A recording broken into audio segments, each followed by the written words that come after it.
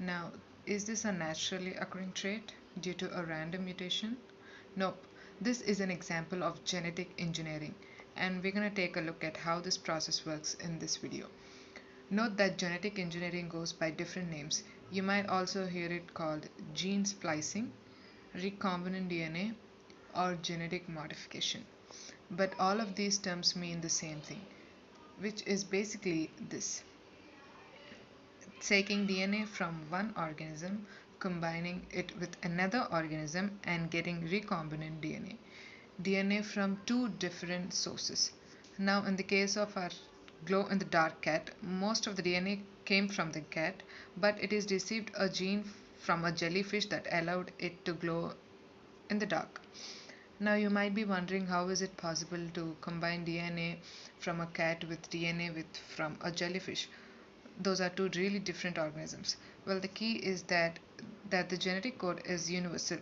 So if we were to take a look at the DNA of this animal, the DNA of this bacteria, and the DNA of this little boy, we would see some differences, but they all made up of a T, C, and C.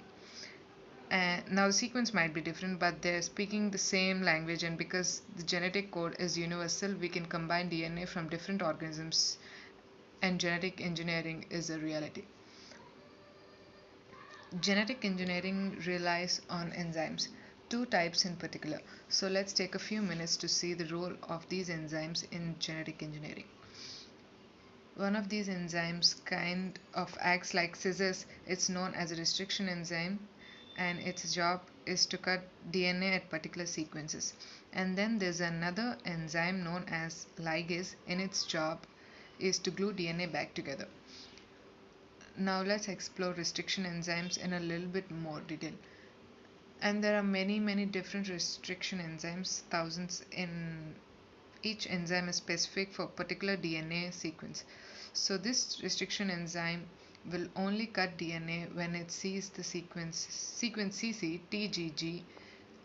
This enzyme will only cut DNA when it sees the sequence TTCG and this enzyme will only cut DNA when it sees the sequence CCTAGG.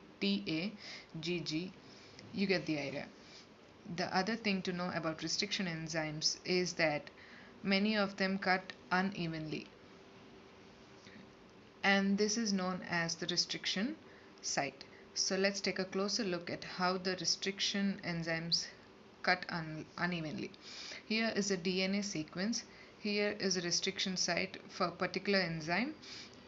It likes to start cutting here, but then finish cutting here. So what happens is that we can get an uneven DNA sequence. These uneven DNA sequences are known as sticky ends. And they're sticky ends because since there's only one DNA sequence exposed here, it can easily bind through complementary base pairing rules to another sticky end. And this is important to genetic engineering.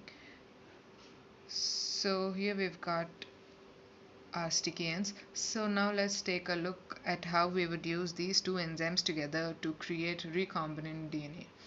So here's our DNA sequence. Here's a restriction site for a particular restriction enzyme.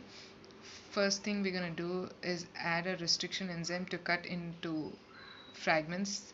There we go. And here you can see the sticky ends. Now we're going to add DNA from another source that's also been cut using the same enzyme. This is important because using the same enzyme means that you get the same sticky ends. So here's a DNA from one organism, here's DNA from different one, but same sticky odds. Now these fragments are going to stick together because of complementary base pairing. So here we go. The sticky end was complementary to the sticky end, and the sticky end complementary to the sticky end. So they naturally came together. However, we need a little ligase at this point because ligase will help attach this sugar phosphate backbones, which are more difficult bonds to make. So one ligase gets involved. Here we go.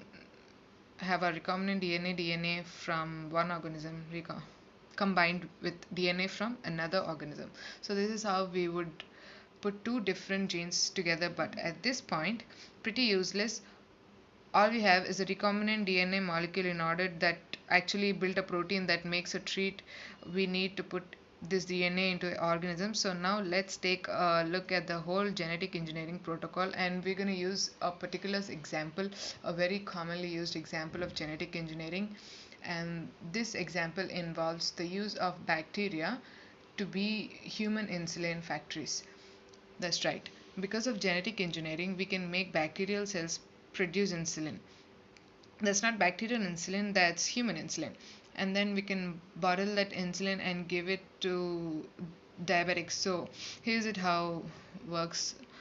Why would we use a bacterium as human insulin factory? Well, one reason has to do with its genetic structure. Bacteria have a big circular chromosome, but then they also have these smaller loops of DNA called plasmids, and it's very easy to move plasmids into out of cells. So one of those advantage using bacteria. The other advantage is that bacteria are unicellular and they reproduce asexually, which means that in a very short amount of time you can get millions and millions of identical bacteria clones, and this is important if you want factories. So let's see how the experiment works. We're going to start with our E. coli bacterium.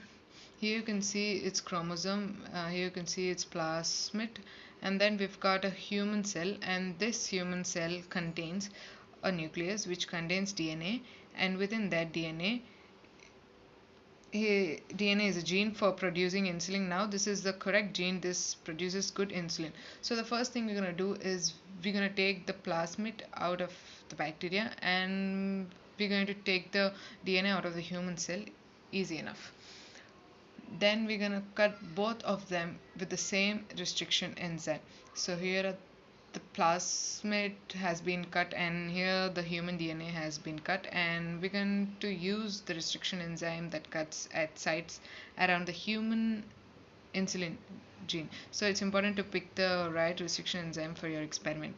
So now we have our human insulin gene and we've got our cut plasmid. Now we're going to combine those two together. Because of complementary base pairing and because of the sticky ends, they're going to naturally bond together.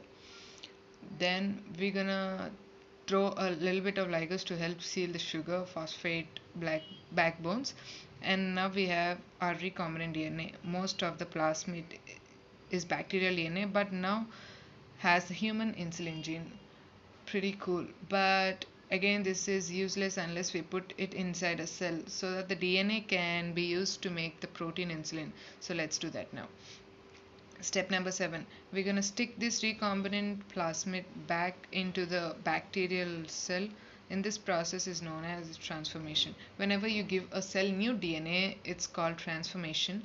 So now we're going to let this bacterial cell reproduce, and in a matter of days we'll have millions and millions of identical bacteria, all of them with this recombinant plasmid, and that contains the gene for human insulin. So we're going to let these bacteria produce human insulin, and then what we're going to do is we're going to take the insulin out of the bacteria.